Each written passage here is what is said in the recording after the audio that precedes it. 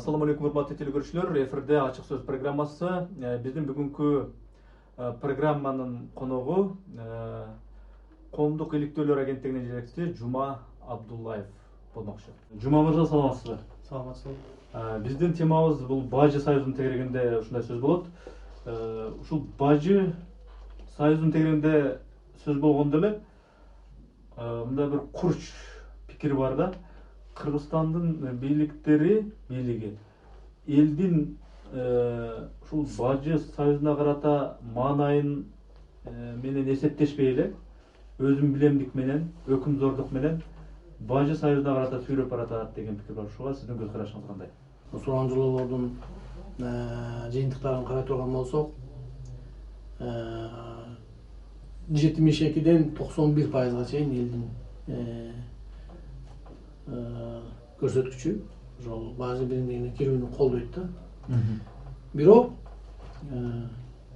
Бажы биримдигине биздин кирүү боюнча жанагы жол картасы деген дорожная карта, ошону жок дегенде эксперттик топтор менен угууларды жүргүзүп, кандайдыр бир баягы бүдөмүк болуп аткан суроо белгилери болуп аткан жерлерге жооп алуу максатында бир талкуу жүргүзүлсө жакшы болот эле да. Эл баягы эмоцияга таянып, баягы эски баалуулуктарга таянып, баягы биздеги бөтөн массалык маалымат каражаттарынын саясатына таянып ошого колдоп атат деген баа берет элем. Ал эми чын-чынына келгенде ал башкачараак. Ушу сиз айткандай эле, сиз айткан ойду ушу буга чейин мындан мурда ушул биздин студияда, биздин сайт үчүн Тимур Саралаев деген жаш серепчи айтты эле. Ушул жол карта болобу, Бажы союзу болобу, ушул туурасында мындай бир мунун кайсынысы зыян, кайсынысы пайда, ошону эч бир жан биле элек. Ал эмес чиновниктер чөйрөсү дагы эл андан беш бетер биле элек деген ойду айтты эле. Азыр ошону тыңдап көрсөк жок, Азыркы учурда жалгыз гана мага эмес, көпчүлүккө, коомчулуктун көпчүлүгүнө таможенный союздун келечеги кандай болот, андан Кыргызстан утабы же утулуп калабы деген суроолорго бир дагы тарап ушул процессте так жооп бере элек. Баардыгы тең ар кандай цифралар менен айтып атышат, ар кандай бир маалыматтарды берип атат.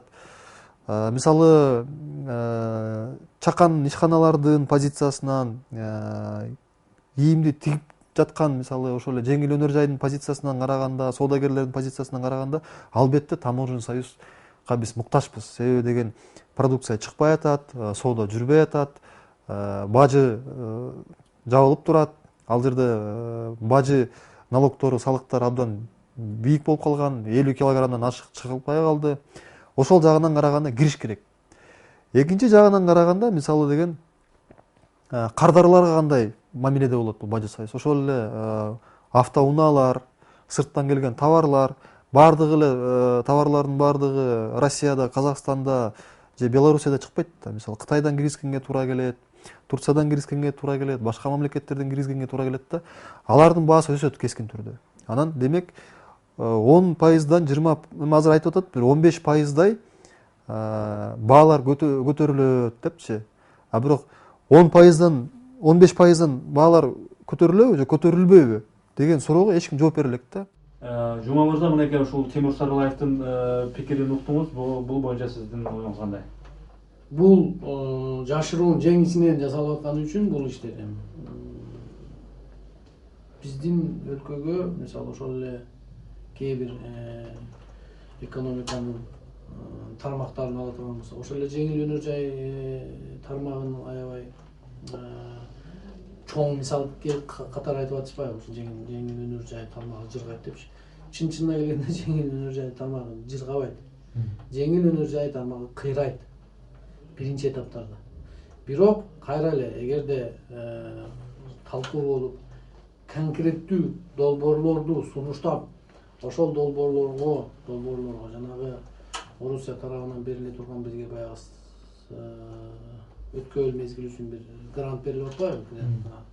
Ошол грантты ошол эле жеңил өнөр жай тармагына багыттай турган болсо абдан пайдалуу болмок да. Ушундай сыяктуу эрежелерди сүйлөшпөй кирип атканыбыз албетте тынчсыздандырууга алып келип атат да.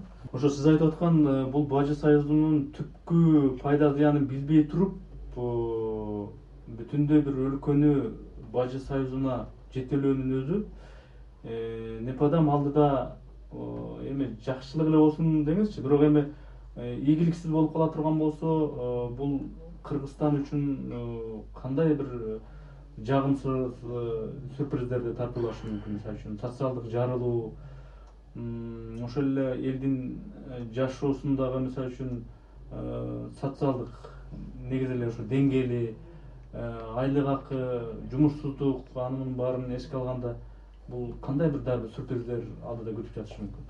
Экономикалык диктат аркылуу Казакстанда Орусияга жана орустарга каршы маанайлар кескин түрдө күчөп кетти. Кескин түрдө улутчулдук, баягы турмуш тиричилик деңгээлинен баштап саясий административный деңгээлге чейин улутчулдук арбындап, буга каршы ошол өзүнүн бир реакциясы пайда болду да, канын катмады элде. Бул деле бизде болбой койбойт дегенден алыспыз. Бизде деле бул нерсе болот. Темир Сариев жакында эле мындай бир билдирүү айтты да, мындай оюн айтты. Көпчүлүк айтат, бул бажы союзуна кире турган болсок соода токтоп калат деп атат. А кирбей турган болсок ошол сооданын өзү да жок болот деген оюн айтты да. Алар ошол Темир Сариевдин сөзүн болгондо өзүм азыр угуп көрсөк. Рынок Дордой сегодня стоит. Там нет торговли. Почему? Потому что казахская сторона ужесточили прохождение наших товаров. Если до этого были различные варианты вывоза наших товаров, теперь они закрыли колючей проволокой всю границу и очень жестко ужесточили прохождение наших товаров. Торговли нету. Вот все говорят, если мы войдем в таможенный союз, торговля умрет. А если мы не войдем, вообще не будет торговли. Мына Темир Аргенбаевдин оюн уктуңуз, сиздин көз карашыңыз кандай? Эми ачык айтыш керек. Дордойдогу соода эмненин эсебинен жашачу? Дордойдогу соода, азыркы солоңдап кеткен соода бул реэкспорт эсебинен жашачу. Ошол реэкспорт бажы биримдигине киргенден кийин дагы, бажы биримдигине кирбегенде дагы 10 жыл мурда дагы чындап айтканда нормалдуу экономикалык эрежелердин сыртында жашачу. Негизинен ошол бизге кирип аткан, Кытайдан кирип аткан товар ошол эле Казакстанга, андан ары мамлекеттерге бул 100дөн 10%, 15% гана бажы эрежелери менен өтчү. Калганы ачык айтканда контрабандадан башка эрежелер менен өтчү.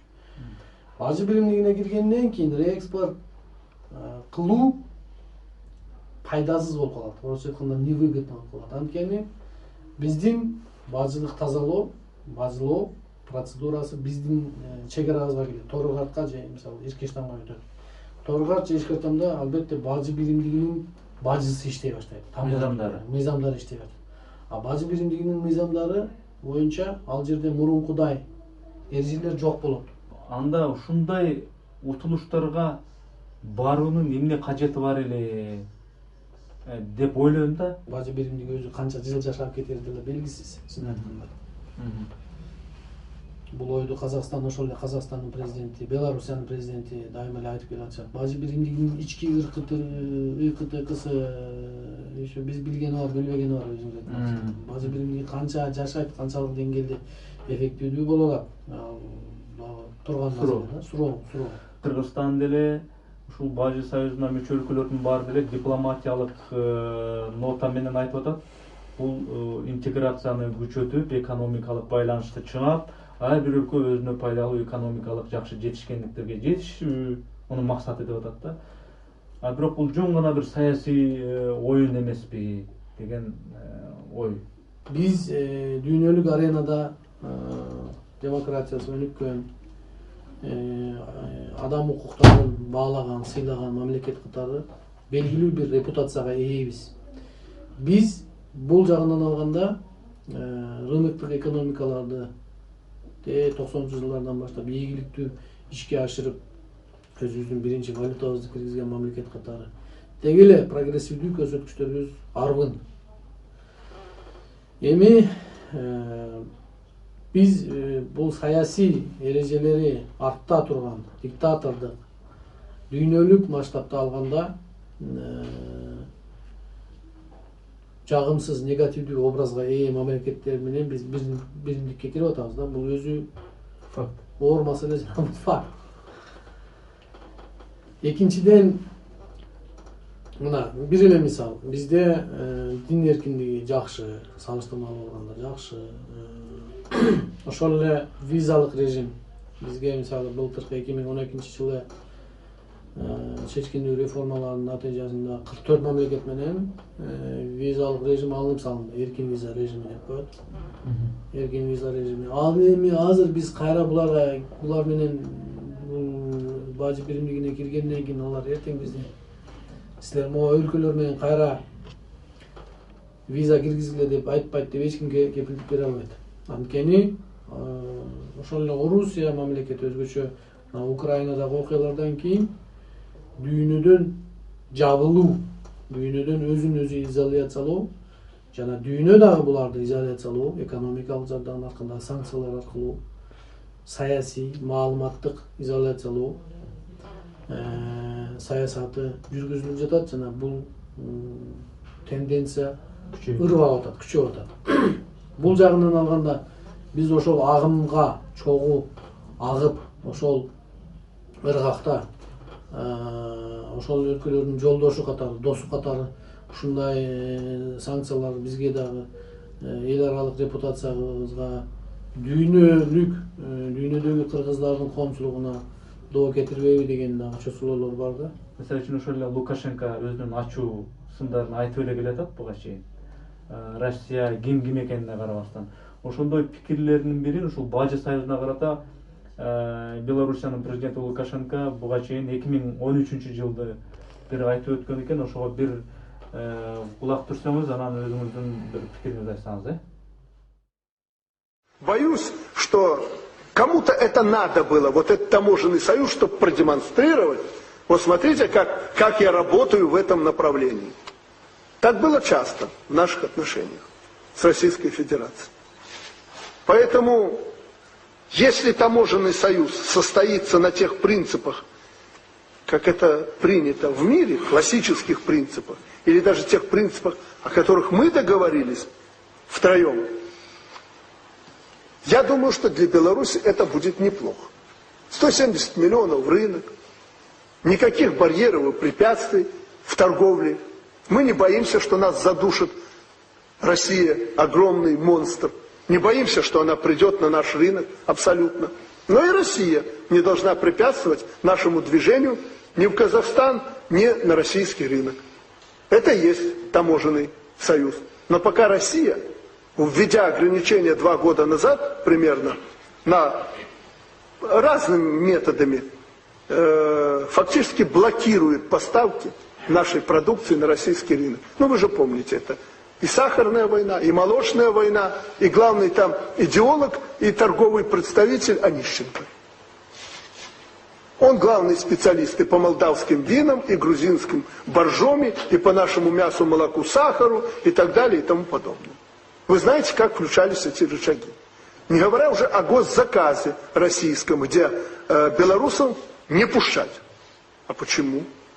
Это же нормально, когда будет конкуренция. Если вы хотите закупить, допустим, автомобили грузовые для вооруженных сил, ну дайте возможность нашему МАЗу на равных конкурировать с КАМАЗом, с ГАЗом и так далее. Вы же мощные, чего вы боитесь?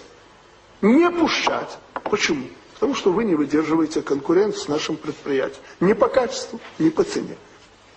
Вы же прекрасно понимаете, что Беларусь, будь то с Лукашенко или без него, белым пятном на карте мира, особенно Европы, не будет. Это географический центр Европы. Он там, северо-западнее Минска находится. Центр Европы. Вы думаете, что, грубо говоря, Беларусь останется один на один с собой? Бесхозный, как это принято говорить? Да нет. У нас нет сегодня проблем с предложениями от других государств. На что тоже Россия реагирует очень болезненно. Так нас уже предал Лукашенко или еще нет? Так вы не выталкиваете Лукашенко из сферы своей политики. А то только одно. Здесь сфера наших интересов, заявляют политики России. А я спрашиваю, а где сфера интересов Беларуси и белорусского народа?